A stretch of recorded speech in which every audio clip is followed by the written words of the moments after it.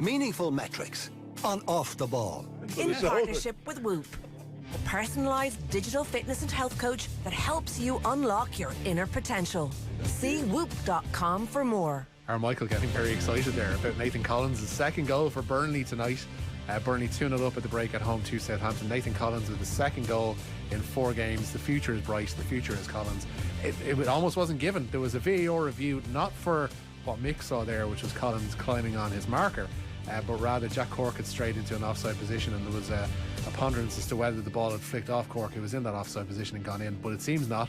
The goal has been given, despite the fact that Nathan Collins was climbing all over his man. He climbed over Ward-Prowse with, just so people can imagine if they're listening, a hand on each shoulder and a complete, like, he just catapulted himself up. Yeah. Like, you actually, I haven't seen it in football in years, and it's mad that they went to VAR, because VAR naturally checks everything once it goes to a review. So, delighted for Nathan Collins, don't really care. 2 goals in 4 games. Anybody who's worried about the disappearance, I guess, from the visibility of Shane Duffy need not worry, because we've got Nathan Collins. That Richarlison goal last night looking a little bit more important now, keeps Everton out of the relegation zone this evening if Burnley win this game. And only just, because that is a 2-0 lead for Burnley. Connor Roberts it was who got the first of those goals, and the pick of them as well. A really, really pleasant left-footed finish from him. So 2-0 to Burnley, but it is time, as you heard there, for meaningful metrics on Off the Ball in partnership with Whoop, the personalised digital fitness and health coach that helps you unlock your inner potential. See whoop.com for more. Essentially looking at some of the numbers around this week's championship action, of which there's a lot. We've previewed it essentially in terms of what we can expect in terms of the play from Conlett and from Eamon just before the break, but in terms of the numbers, Mick McCarthy is here to break them down going into this weekend. A few random numbers based around some of the games that we're looking at this weekend. No numbers are random, Mick. They all occur where they're supposed to occur. No, I'm saying I'm approaching them randomly to find out the meaningful metrics for them. Let's not get bogged down. The first one, what I want to talk about isn't necessarily about this weekend, but it is Mayo are obviously back in action. Big game against their old rivals Galway. Essentially, this is why Nathan's not on tonight, because he's doing the stretches for Sunday. Yeah, exactly. So look, it's not straight knockout as it has been the last couple of years, but still, it's the type of game Mayo need to win if they're to continue their amazing run that I want to talk about for the last 11 championship years, from 2011 to 2021, and ask the question, based on these numbers, are Mayo the best team to never win in All-Ireland? Right? So just look, I mean, a lot of people will know these. They're not the most out of nowhere. But I think when you actually say them all together, it's one of the most amazing things that you've ever heard. In 11 years, Mayo, a team who haven't won the All-Ireland since 1951, have played in 10 All-Ireland semi-finals and 6 All-Ireland finals. 1 year since 2011 have they not made an All-Ireland semi-final, at least. That was the infamous 2018 Newbridge or Nowhere second round of the qualifiers. They lost by 3 points to Kildare. Kildare are also one of only 2 teams in that time who beat Mayo and didn't go on to win the All-Ireland that year. Kerry in 2011, who lost to Dublin in the final in the only semi-final that Mayo lost that wasn't to the eventual champions. Just puts that into perspective as well. In the 4 semi-finals that they did lose, one of them, obviously 3 of them were to eventual All-Ireland champions, and 2 of them were in replays. Obviously famously, the 2014 Kerry, 2 of the greatest games of all time, and then once to Dublin as well. 4 times in 11 years. They've also knocked out the All-Ireland champions. That doesn't sound that amazing until you remember that Dublin won 6 in a row in that time, and nobody beat them.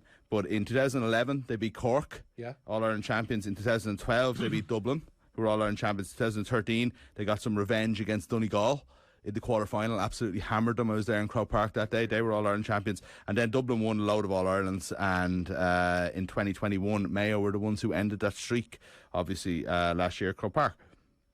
So they've been there, top table since 2011.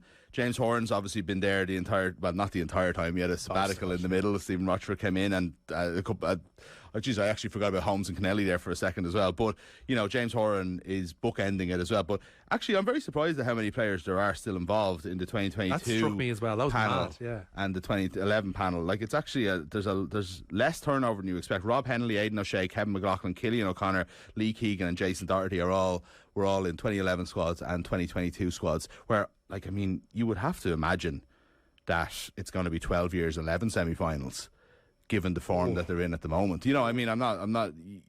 Look, I'm saying that the metrics point to it, Richie. You know, one last thing. 14 matches, including the 3 draws.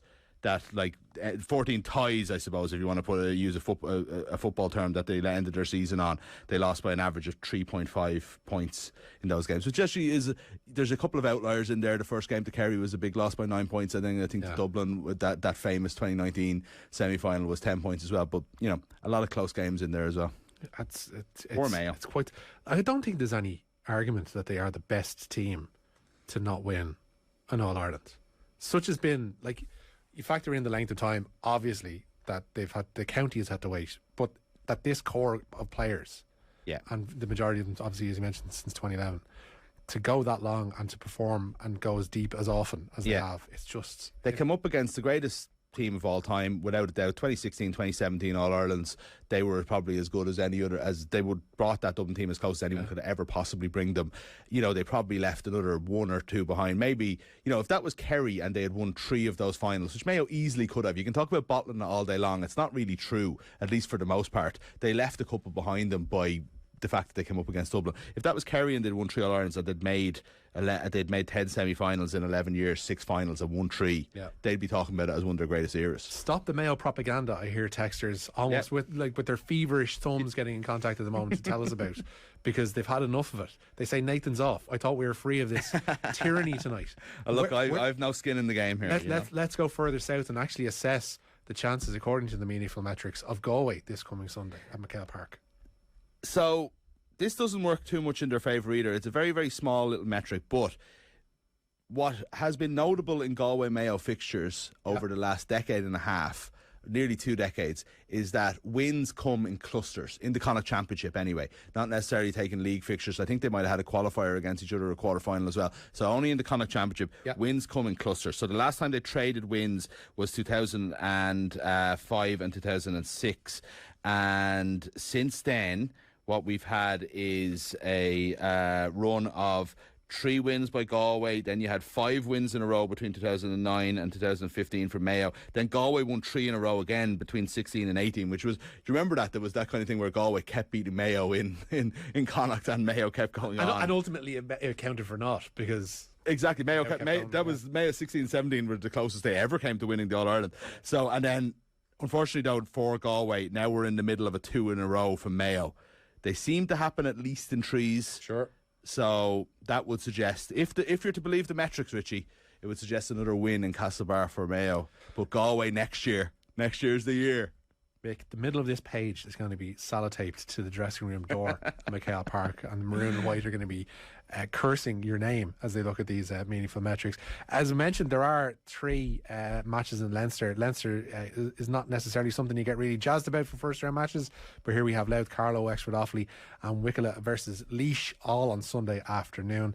Some indicators as to what we can look forward to this weekend? Yeah, a little bit. So I just had a look at this because it's kind of it's a little bit of a graveyard shift almost for in the Leinster Championship, because basically the way it works is that, you know, 6 of the 7 teams are in the county who don't make the previous year's semi-finals get launched into this first round. So the good teams are generally kept out of it. They play off. And I was just looking to see how often teams go through and, you know, get past, say, the quarter final and go beyond their level. And it's an interesting enough number. So say this came into in 2001, this current format. So we've got a huge sample size of 21 years. That's 63 first round games, 63 first round winners. We should mention before that, boy, the forgotten group stages of the Leinster Championship, which I knew nothing about until today. Don't remember it at all. I said I'd start at the year 2000 because it's a nice, you know, start the new century. I'm not going to go back 40 years here, let's face it.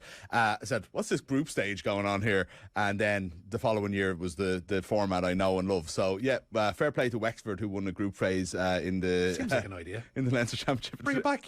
Why not? Yeah, because it's like we have enough games, but we don't have enough games that are already being ignored by the national media, including ourselves. There isn't enough talk about championship structures either. No, absolutely not. Right, I want to go through this now. So of those 63 games, 63 first round winners, 45 of them lost their next match, so lost the Leinster quarter final. Okay. That's a big, big number. But one thing these numbers prove, and I think Louth and Offaly, from my mind anyway, be teams that would be looking to this week, right? Yeah. Momentum is a real thing. So you might get past your first round. Your chances are you lose your quarterfinal. If you win your quarterfinal, of those 18 teams that won their quarterfinal, 12 went all the way to the Leinster final. They won their semi-final, right? So 4 of them then went on to actually win Leinster. Now, this is a weird one because obviously Dublin have won every Leinster title since 2011. But before that, there was an amazing glory era of 2003. Laois went from the first round to win the Leinster title. Yep. 2004, Westmeath went from the first round to win the Leinster title. And hilariously, Dublin in 2005 didn't make a semi-final the year before and went from the first round to win a Leinster title. The only other team to have done it, Richie, is the year that doesn't count almost. Don't say that. 2010. Both teams in the Leinster final went all the way from the first round, won 4 matches. Well, Meath won 4 matches. Valid goal. And Louth, unfortunately for them, didn't. So, more pronounced during the Dublin 11 in a row era, right? So, of the 33 first round winners in the last 11 years, only 8 went on, but 5 of them would go on to win the next round. So, it's actually, it's pretty, again, if I'm Louth playing Carlow this weekend, I'm Offaly Wexford, I'm thinking, right, get past this. If I win my next game, there's a chance here. You know, there's a chance. There's always a chance. There's always a chance. This could be the most open Leinster title in a Leinster Championship in a long time. I think Offaly and Louth have made it so. Dublin coming back to the pack have made it so. Yeah.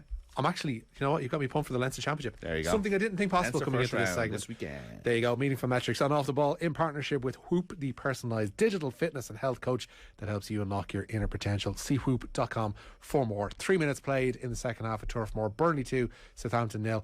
Lots to come on the football show, including the Republic of Ireland under-21 manager Jim Crawford will be back after these. Meaningful Metrics on Off the Ball. In partnership with Whoop, the personalised digital fitness and health coach that helps you unlock your inner potential. See whoop.com for more.